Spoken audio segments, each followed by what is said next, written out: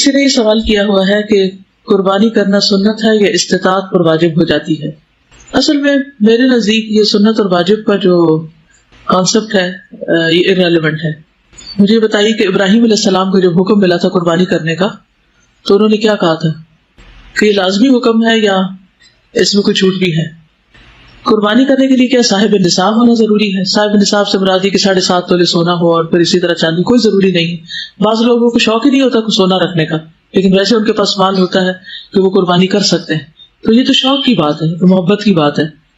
کیا جس پہ زکوٰۃ فرض ہے اس پر قربانی بھی فرض ہے؟ اصل بات یہ ہے کہ جو صاحب استطاعت ہو. تو ظاہر ہے کہ جس کے پاس اتنا مال ہے کہ وہ زکوٰۃ دیتا ہے تو اس کو قربانی بھی دینی چاہیے. لیکن اصل بات ہے کہ قربانی تو قرب سے نکلی اور قربانی کی جائے گی اللہ کا قرب حاصل کرنے کے لیے. جو شخص یہ سمجھتا ہے کہ وہ کر سکتا ہے بسہولت، اس کے پاس اپنے مہینے کا باقی خرچہ چلانے کے لیے پیسے ہیں، بچوں کی فیس ہے، یعنی وہ اپنے فرائض ادا کرنے کے بعد اگر اتنی رقم پاتا ہے کہ جس سے قربانی کر سکے تو اسے قربانی کر لینی چاہیے. اور ان جھگڑوں میں نہیں پڑنا چاہیے کہ اس کے پاس سونا کتنا اور چاندی کتنی اور پیسہ کتنا ہے. ٹھیک.